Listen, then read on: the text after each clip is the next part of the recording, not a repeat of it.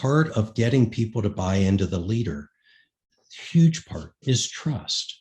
And a part of building trust is being yourself. Hello, it's Laurie with the story for our next episode of Inside Story Hunters podcast. Our guest, Gary Garfield, is going to honor us with unveiling a bit of his powerful inside story during his years as a CEO of Bridgestone Americas. So in 2010, he stepped up and was promoted from General Counsel, an attorney with Bridgestone, and was promoted to sit in the big seat of CEO. As a result of 6 years of he and his team changing culture, changing the climate within an organization that was failing year over year, not making money. Profits were definitely the furthest thing from the organization at that time.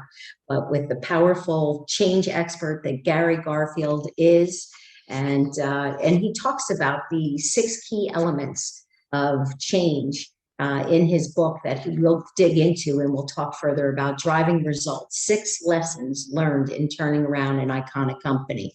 So 2010 Bridgestone Americas was a $10 billion organization. So you can imagine the scale of when you're losing money, when you're an organization of that size. But by the time he retired in 2016, year over year, during his term as CEO, they were growing the company at a rate of approximately 500%. So powerful story, amazing individual. I can't wait for you to listen to Gary share his inside story. So hang on. Don't forget to subscribe. Click below. Check out the information if you have interest in hiring Gary as a keynote speaker. We give a big shout out to Southwestern Speakers Bureau for helping us get connected with Gary. Stay with us. Stay tuned. Listen, watch as Gary Garfield shares his inside story. Hang on, and here we go.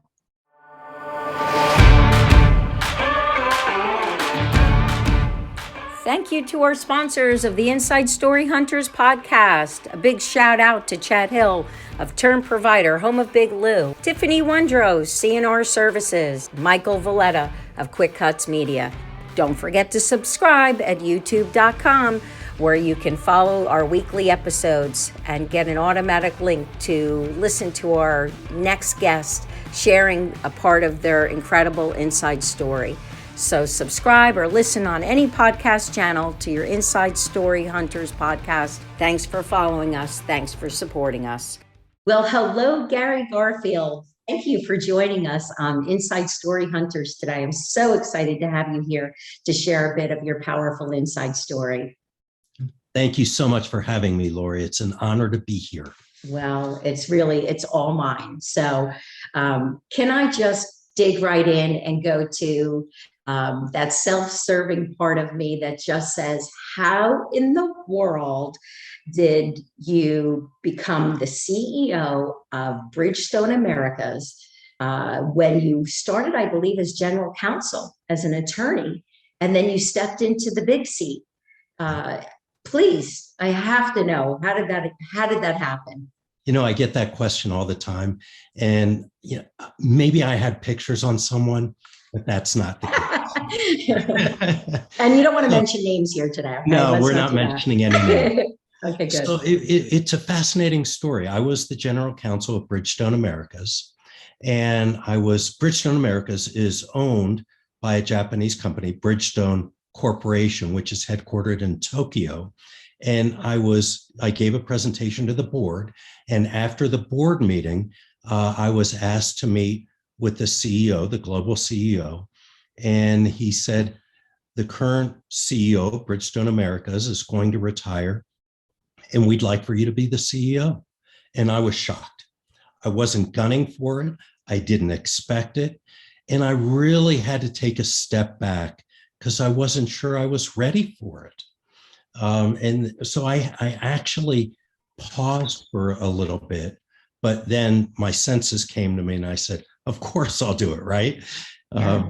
And that's what happened. Why I was selected, I honestly can't tell you. I never asked why. I do think, however, it was because I respect the Japanese. I got along with the Japanese. I listened to them. They listened to me. I was always very honest with them about the goods, the bads, the uglies. And they presumably thought I had the leadership skills and business savvy to lead Bridgestone Americas to the next level. Is it true that in 2010, when you stepped into that role, that the business, I mean, $10 billion organization, corporation, was failing from a monetary position? Is that true? No, it wasn't failing. It just wasn't growing the way the shareholders wanted. So if you look at the tire business, and that was the predominant business and is today the predominant business Bridgestone Americas is in, it's an extremely mature industry.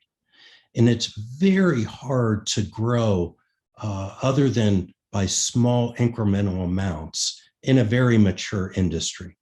Today, there are over 100 different tire manufacturers of tires sending tires into or producing tires in the United States. Extraordinarily competitive.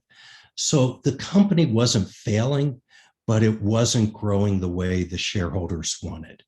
Mm-hmm. And the shareholders obviously need to be happy. So yes, how did your role, how did it connect to the internal culture, to the shareholders? I mean, there's so many people you're reporting to in that role, and you're at a level where I would assume confidentiality, your go-to people, your safe places and safe people. I can't say there was many that you could go directly to because of the fact that there's so much over connections. So. Yes. Could you describe what that's like when you're sitting in a role like that and having shareholders and running an organization? Right. You wear many different hats, oftentimes at the same time. You have to think about what the shareholders want, what's good for the business, both in the short term and the long term. You have to really think about your employee base. What motivates them? How can you get them motivated? You have to think strategically about where does the business need to go, not where we are and certainly not where we've been, but what's the future? What is the future path going to hold to take the business to the next level? You also have to think about your customers, and there are a number of different customers. There are car companies, General Motors, BMW, Toyota, and so forth. Then there are the tire dealers. So it's a very complicated situation. And you're right, it is lonely at the top. I was very fortunate. I had I retained someone to coach me because it was a big transition. Going from General Counsel to CEO is a huge transition. So I had a coach. I had a wonderful relationship with my COO, and we threw ideas out, really collaborated well, and that was very important.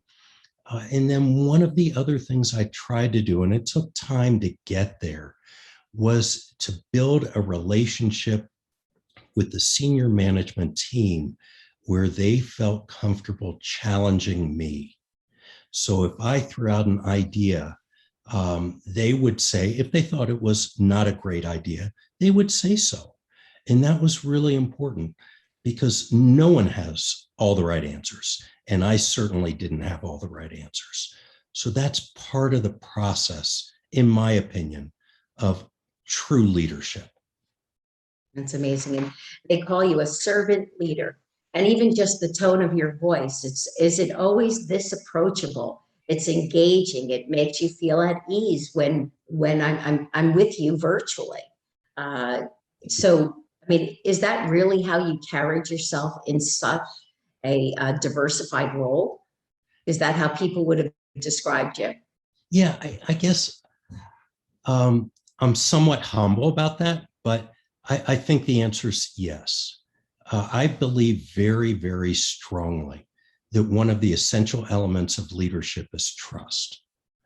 If people don't trust you, it's very hard for them to follow you. People buy into the leader before they buy into the leader's vision. And part of getting people to buy into the leader, huge part, is trust. And a part of building trust is being yourself. You can't fake it. People are smart. They'll see right through you. You just have to be yourself. So one of the things I did was, when we had town hall meetings throughout the organization, I did these several times a year. I started with a presentation. Me and the COO gave a presentation updating everyone on what's going on in the company and so on and so forth. And when that was done, we turned it over to the second phase, which was basically the town hall phase, where people could ask questions. And I always began it this way. Now it's your turn. And your turn means you can ask me anything you want. There's only one rule. There are no rules. You have as much right to know everything I can possibly tell you about the company and where we're going as I have. It's your company too. And I truly believe that. That's incredible. And that is why you're the man of all the C's, the letter C, where you handle challenge and change. We're going to dig into that, because I was saying to you at the start of this interview before we began, I can't wait for you to really dig in, and please share. I'm intimidated by the idea that you created change in a culture, within a climate. People changes. You had to make changes in people who sat in the seats. And, no pun intended, saying on a bus, because that has tires, right? The wheels on the bus go round and round. No, so, but to imagine that you face challenges and change, it's just having you open the floor that way. It still had, you're literally opening the doors wide open for people to come at you. Yes. Take us through, how was it the first year that you were sitting in the CEO role that you were able to influence change, or did it take 2 years? And I want us to go, and we're going to dig into your book. And I would love for you to elaborate what that experience was like in writing a book, Sure. and why you did it, and the power of it. So anyway, I've said so much, but please talk about change, and the fact that that is just a huge part of, I think, where you are now, and what you're influencing and bringing to organizations as a keynote speaker. Well, change to me is critical. And I think your own experience talks about that. Your podcast, what you've done is absolutely tremendous.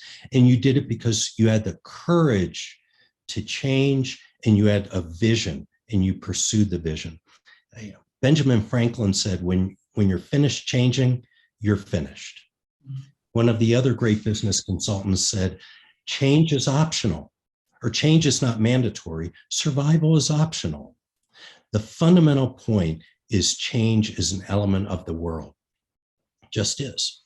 So when I became the CEO, my task, my marching orders were to take the company to the next level. I was really struggling to get the kind of growth that the shareholders wanted. And the global CEO said to me before taking over what his expectations were in terms of financial results, growth, and so on and so forth. And then he said, but I'm not going to tell you how to do it. That's your job. Not intimidated by that? It's like, good luck, have a nice day. Exactly. But to his credit, that's the right approach. Mm-hmm. If me and the COO and the management team couldn't figure out how to take the company to the next level, then he had the wrong people. That's our job. His job is not to micromanage what we are doing. His job is to give us the direction. Here's where I want you to go. You figure out how to get there. So really, he was being a great leader when he did that. It's hard, takes courage, but he was being a great leader. So you asked, did the change start in the first year, the second year? It started on the first day, the very first day. So when I took over, me and the new COO met with the senior management team, and when that meeting was over, we knew that there was a senior executive that just wasn't the right fit. And when the meeting was over, we pulled him aside and we told him it's time to part ways. Immediately, right from the first meeting. Wow. 30 minutes after I officially became the CEO. And he's a good person and talented, but culturally, we just didn't think it was where the company needed to go to. And that sent reverberations throughout the organization. And then we introduced structural changes, organizational structural changes, and massive governance changes right away. And the organization was shocked. In fact, one of the senior executives said, don't call it governance changes. People will think you're slowing up the organization. And I said, you know what? Good governance matters. And it does. Just about every successful large company has a very strong governance structure. And that helps them. It doesn't hurt them. So I said to him, I understand what you're saying, but I can't misrepresent to the organization what we're doing. They'll see right through it and they'll doubt me. I'll lose their trust. We're going to call a horse a horse. We're not going to call a horse a cow. And we called it governance changes. So we introduced governance changes, organizational changes, and then we started focusing on cultural changes. And the cultural changes are the hardest changes to make. Very, very difficult. Because of people, the pushback, yes. or? Yes. And look at it this way. How many of us make a New Year's resolution every year? And how many of those New Year's resolutions really stick? Very few. It's hard to change your habits. It's hard to change what you do, who you are, whatever it may be. It's just hard. And when you do that on an organizational scale, now you aren't just changing the habits of one person, you're changing the habits of thousands of people. Wow. And again, going back to the great Ben Franklin, he said there are three types of people: those who will never change, those who will follow change, and those who make change happen. And that's fundamentally right. Studies have shown that there are about 15, maybe 20% of people who will follow the change, and about 15, 20, maybe 30% who will just never change. And then there's the middle, and you got to bring them along. Which, going back to what you first said, and you elaborated and said, you're not even sure why they offered you the position. What I'm hearing is you invested and you committed to change in 30 minutes. So it seems to me that you always been a man of change, a man who says, this is what we need to do so we move forward? Or have you been, as Ben Franklin says, three different versions? Have you ever had a time in your life where change was not something you were comfortable with? Or have you always been leading from that position? Because it seems to me that's what they needed in the CEO role, someone who is going to move mountains and do it fast. Great question, Laurie. I would say I was not always that person. When I grew up, I was a very shy kid, and I was kind of a follower, not a leader. And it took me many years to kind of get my footing and figure out who I was and have the confidence to move forward. But as I matured and my experiences grew as a lawyer, and then while I was a lawyer with Bridgestone, also as a business person, I really became comfortable in my own skin. And I just had, either through the help of others or on my own, I could see where things needed to go. I guess I don't know why, I don't know how. And I was just determined to get there. And that's just sort of how I approach things. Amazing. And even taking a moment to process whether or not you were going to accept the offer, and then you do. Again, if people, insiders are listening, can understand the dynamics and the commitment and the responsibilities, which only you can elaborate more on. To me, as an outsider looking in, that's a huge undertaking. That is, you're definitely on stage with thousands of lives at stake, and you have the power to make moves. So, right, and that's why it was so intimidating, because if I failed, then the people in the organization would be hurt. I viewed it as my job to make their job secure. And the way we would make their job secure is by the company doing well and growing and getting stronger, and more relevant in the marketplace. So that's why it was so intimidating. And I remember when I was in Japan and they asked me if I want to be the CEO, that night I called my wife and I said, "You aren't going to believe this." And she was as surprised as I was. And I said, "I really need to think about this. I may not be able to do it. I just don't know." And she and a few other people said, "No, you got to do this." And I said, "You're right." And are you grateful? Starting a podcast is no comparison to what we're describing in your life chapter of being the CEO, the former CEO of Bridgestone America and the chairman. But what if you didn't say yes? I'm sure you've thought about this, but what if you hadn't accepted the position? Brag on yourself. Don't be humble for a minute. What are some of the big things that happened that it was fate that you were in that seat, that you were the person that accepted that position, Yep. If I hadn't accepted it, and I think this is really important for insiders, there will be opportunities, and there are opportunities in everyone's life. And if you don't snatch the opportunity, you'll regret it. You may not always succeed, but you'll learn even if you don't. And you can move forward, be stronger, better, and at the next opportunity. So if I had not accepted this opportunity, I would have regretted it for the rest of my life. It turned out extremely well. The company grew 500% in 6 years, massive growth. So our profits grew 5 times what they were during my 6-year tenure. And our debt melted away, cash flow dramatically increased. We were able to invest in the organization, and we were able to invest in people.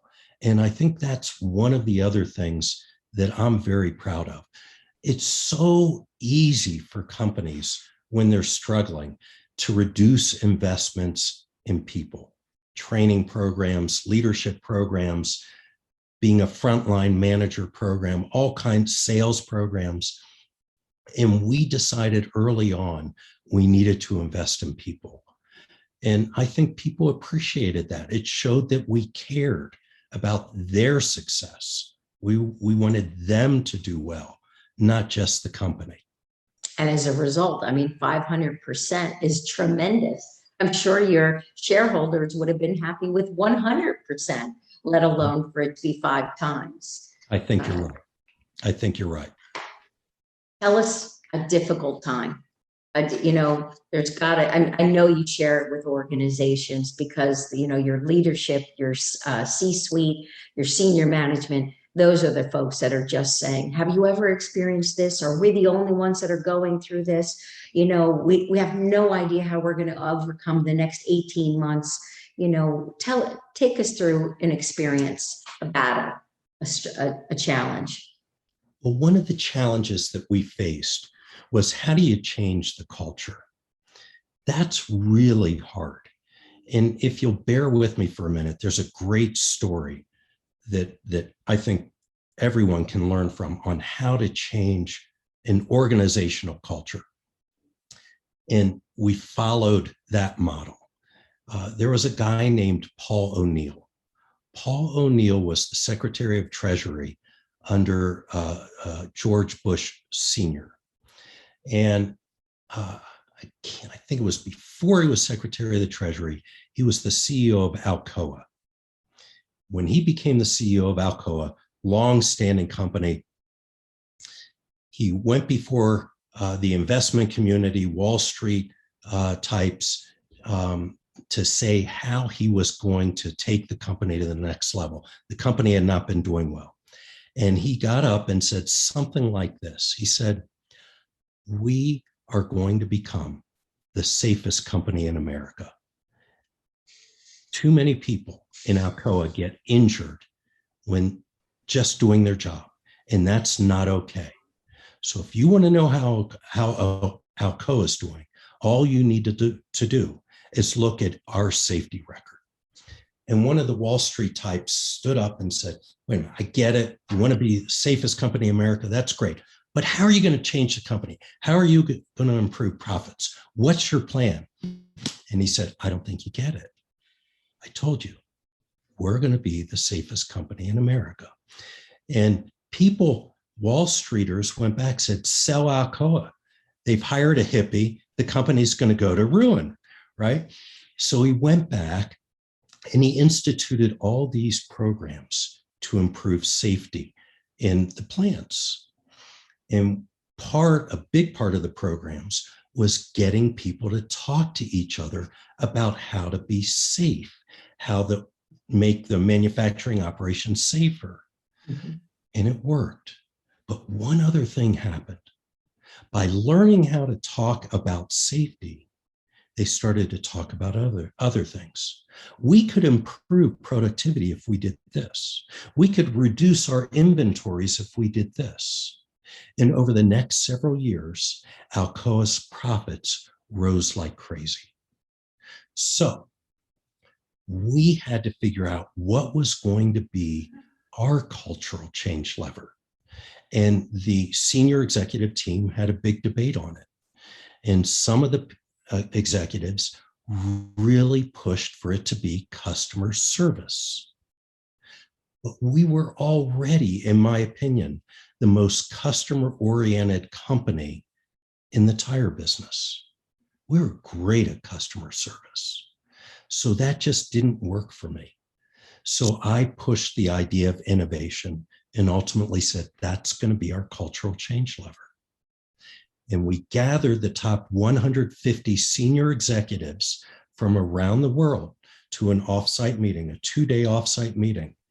And I said, if we are going to take the company to the next level, we have two choices. One, we either have to cut our costs and compete on the basis of cost with tires coming in from Asia.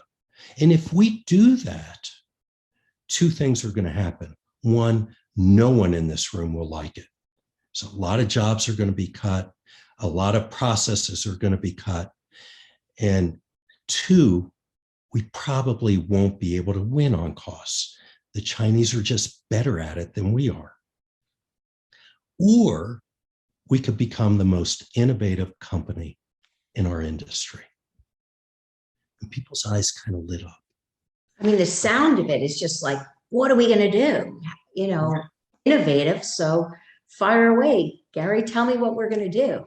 Well, what I did is after I answered everybody's questions best I could, then I called an expert on innovation to the podium.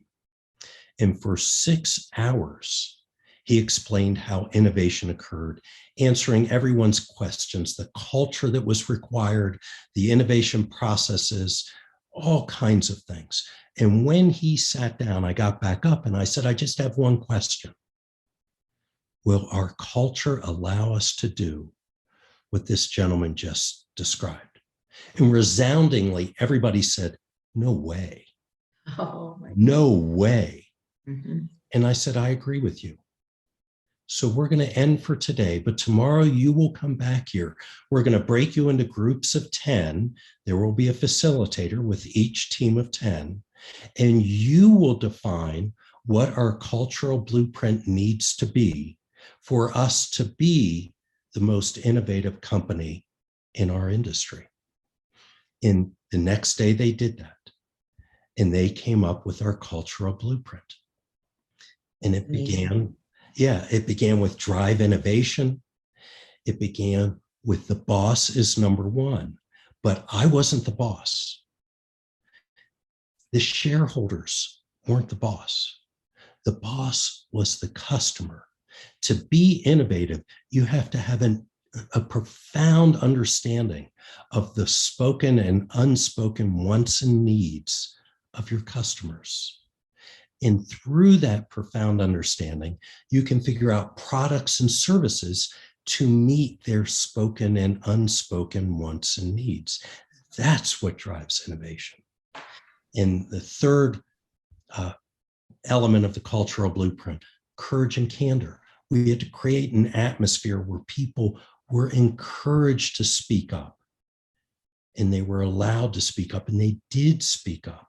And fourth, we had to create an atmosphere that broke down silos so we could communicate effectively, because innovation won't happen if you don't get all the right people at the table, and so on and so forth.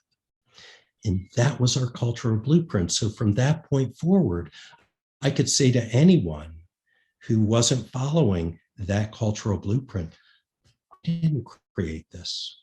It's not my cultural blueprint. It's yours. You created it. And just as you have the right to hold me to it, I have the right to hold you to it. And you need to improve what you're doing because you aren't living by the cultural blueprint. I can just imagine the energy in the room when you gathered people together, or when they went home that night and thought, we're going to sit down and go into groups and we're going to build out an innovation plan to change the culture. I mean, I'm sure you got feedback along the way of what people thought the evening before they had the day. I mean, I would have loved to be in that environment. The power of you empowered the people is what you did. Yes, Create. I did. And the feedback was tremendous. So many people came up to me and said, we've never had a meeting like this. They were energized, they were excited, and it was really something to see. The trick then was carrying it through, very much like a New Year's Day resolution. Mm-hmm. Okay, I'm going to exercise every other day. Lose 25 pounds. I'm going to do it. I got it. This is me. I'm there.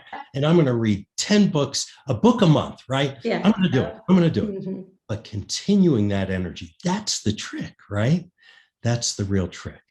And that's what we had to do. And there are a number of things that we did to do that. We created an innovation team who created an innovation process and we called it the Bridgestone Innovation Gateway, where anyone in the organization could submit innovation ideas. They were reviewed by the innovation team. Those ideas that they thought had merit were brought to me and the COO. If we thought they had merit, we created an innovation team to drive that particular idea, and they reported to us. Because the CEO holds the future of the company. You can't really delegate that, especially while you're trying to get it up and running. We held innovation contests. We did at these offsite meetings twice a year.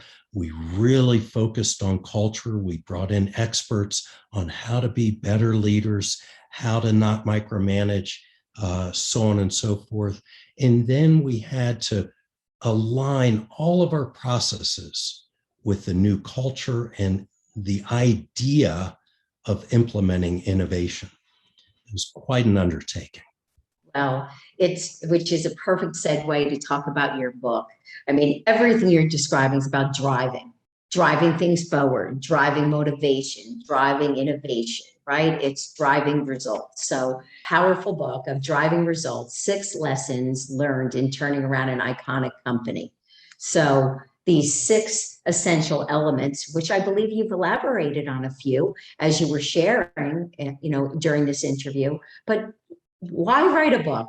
I mean, so many folks write a book now and it's become commonplace, but your book is so intentional. And I think it's a huge part of where you are now and where you're going. So would you just tell us about the story of writing a book? Sure. So when I retired, several people said to me, you got to write a book about this. It's a great story. What the company accomplished was tremendous, and how we did it is, as I said, it's just a wonderful story. So a number of people encouraged me to write a book. But that's the easy part, right? Just saying you're going to write a book. Then you have to sit down and do it. And I started to write it. I was very energized about writing it. But then I kind of stalled out. It's hard work, and it takes great discipline. And then I got a call from Wiley and Sons, a publishing company out of New York, 200-year-old publishing firm, who said, we've heard about some of your talks. Would you be interested in writing a book? And I said, well, it's funny you ask. I started, and yeah, I want to finish this. And they said, great. So I had further discussions with Wiley and really buckled down and finished the process of writing a book. And it was long, it's hard, it's challenging, but incredibly rewarding.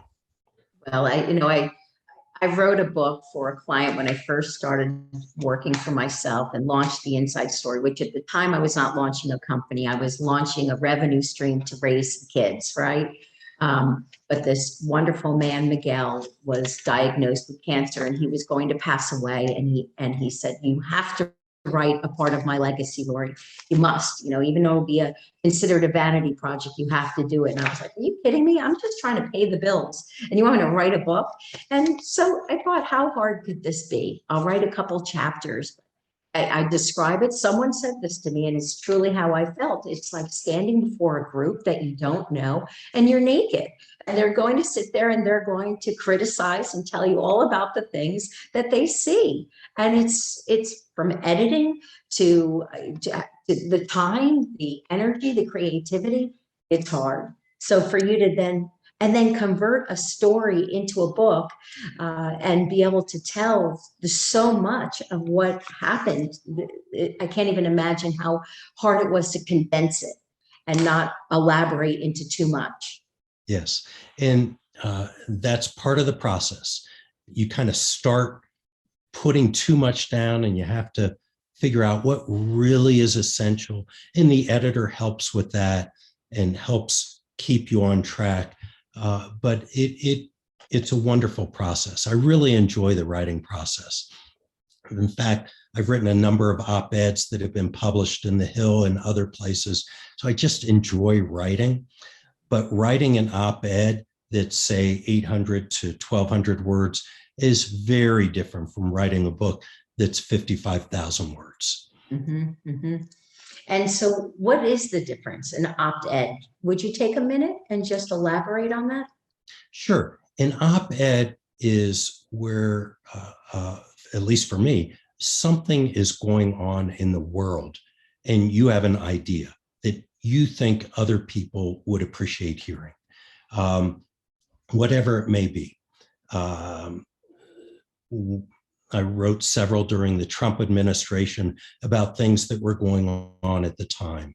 One of them was about some proposed legislation that I thought was just wrong, and I explained why. Another was about some of the people that, frankly, President Trump put in his administration. He had said he would hire the best and brightest, and some were very good, some were maybe not so good. And I talked about how important it is to hire the best and brightest, things like that. So it's one single idea. The book, on the other hand, is a whole story.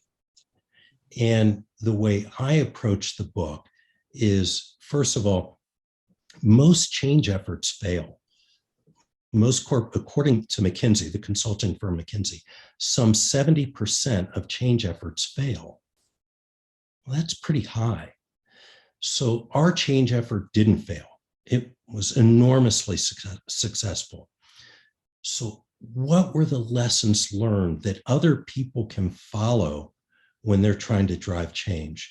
And then weaving into that lessons from other situations, such as Paul O'Neill, which I mentioned earlier, or George Washington and how he approached leadership during the Revolutionary War, or Jeff Bezos, or whoever it may be.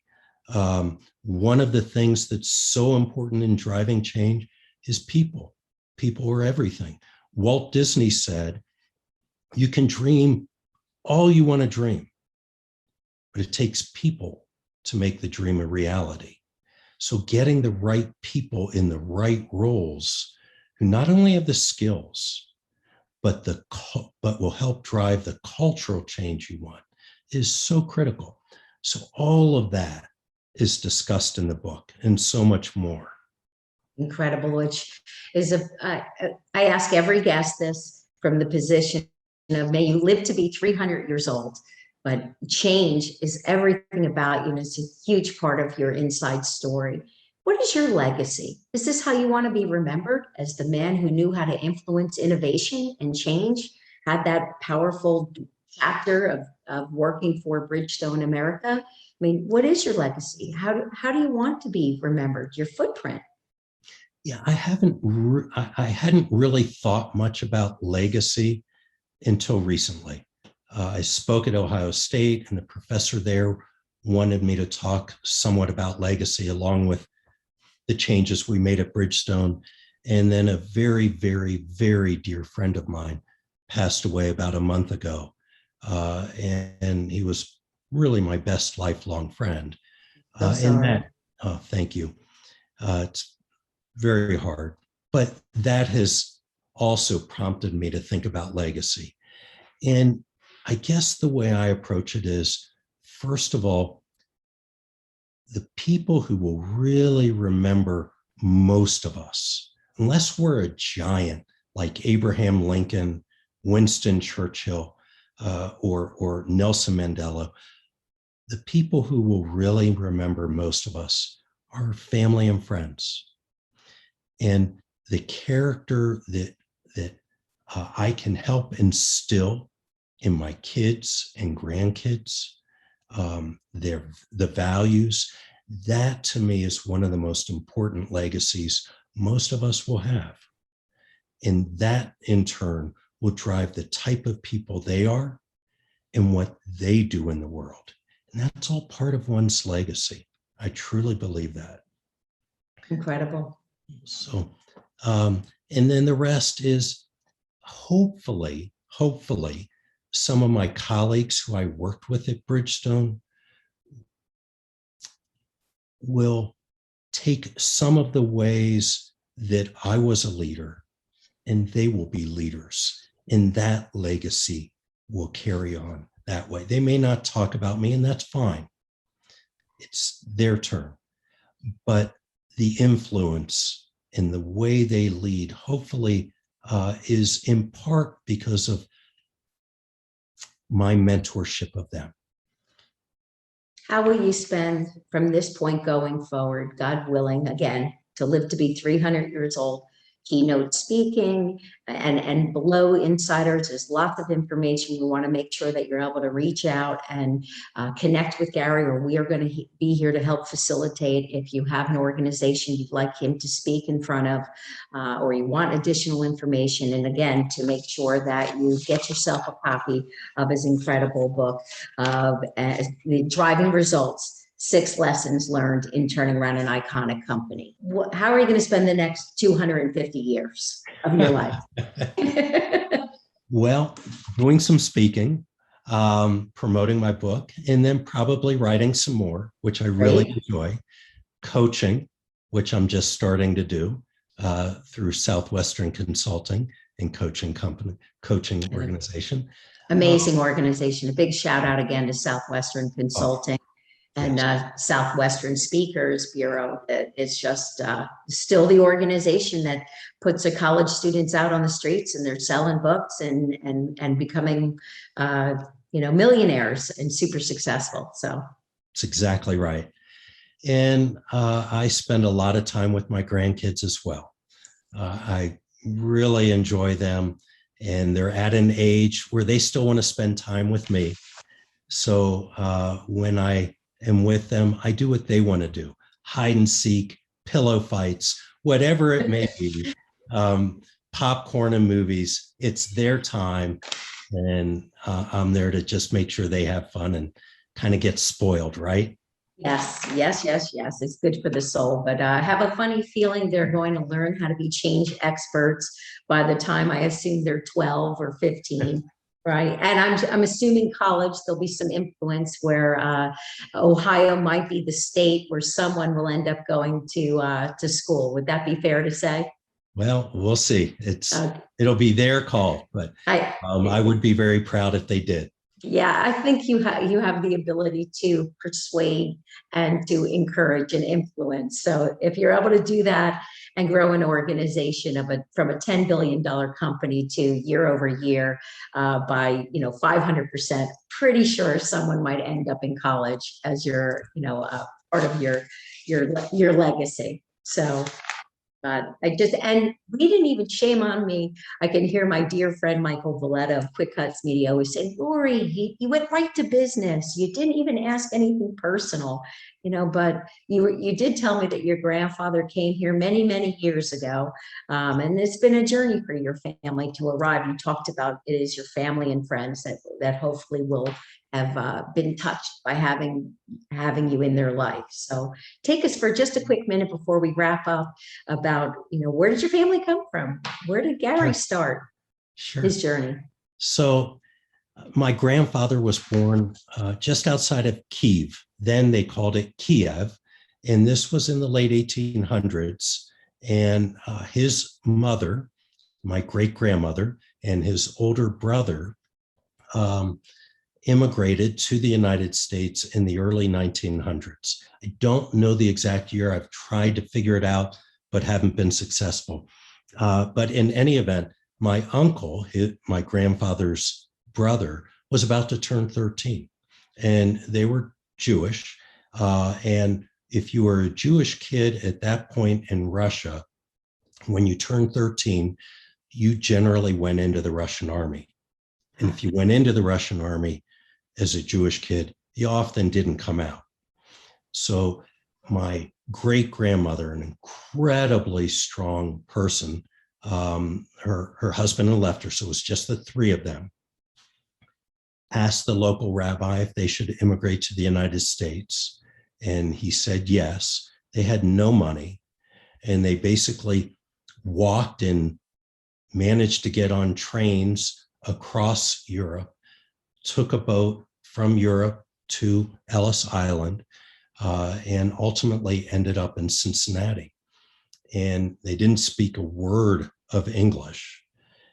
And she sold pencils on a street corner to the food on the table. And my grandfather ultimately went to college, ultimately became a successful commercial real estate agent. And his son, my father, became a very successful doctor, president of Jewish Hospital in Cincinnati, and director of medicine for United Healthcare.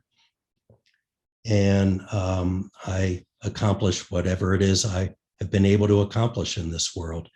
And it really all goes back to my great grandmother, who had the courage and foresight to go to a completely different part of the world so that her kids and her family in the future could have a better life.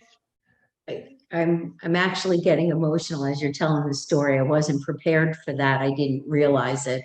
I'm just grateful you shared it, because it's just what you're describing is a woman that alone raising children. And we're talking about the resources we have now. And it's a struggle as a woman who's raised my two sons alone for almost 11 years, that I can't even fathom the idea of hundreds of years ago. And for her to make a decision to make a move, I'm relocating our family home to Florida from Tennessee. That's nothing compared to Right. what you're describing.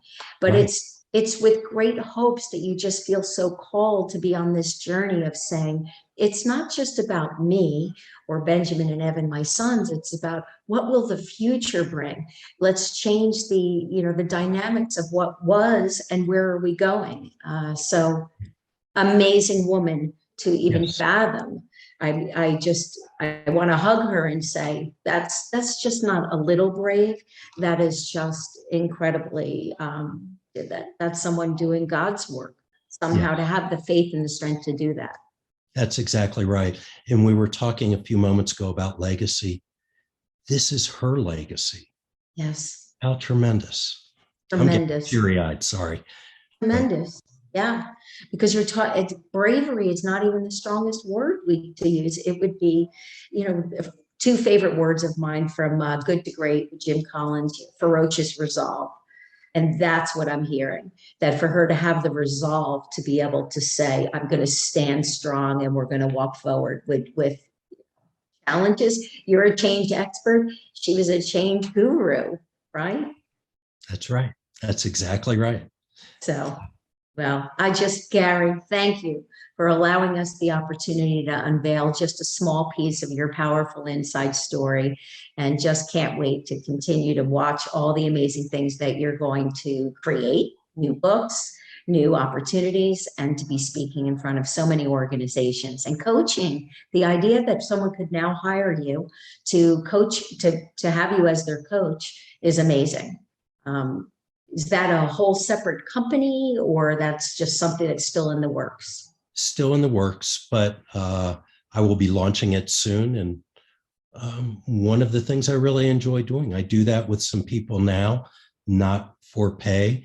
I've learned a lot, and I really want to share it. And I think I can help people be better at their jobs, be better leaders, so on and so forth. And so we're going forward with it. Well, just thank you for being, a fellow person on God's payroll, and being a life changer, a life saver, and a life influencer. So just may many more blessings come your way. And again, while you have 250 more years left, I'm confident I don't need to encourage you to be productive. So thank you. Thank you so much for having me, Laurie. All right. All right, Insight. You're a life changer yourself. No, I'm just very fortunate. Was smart enough to do something that I was scared to death to do. And I today know how much I would have regretted if I hadn't moved forward with something, a podcast. So allowing the intimidation and the fear to get out of the way and moving forward, I have the opportunity to be visiting with you, even though it was virtual today, just to say thank you. Thank you for your time. So insiders, don't forget, subscribe, click the button below. You can watch and listen to us on any podcast channel. And don't forget to look at all the information on how to go about reaching out. If you have interest in hiring him as a speaker, you need a business coach, you're looking for a great book, by all means, Gary Garfield, he's the man. So thanks, and bye for now.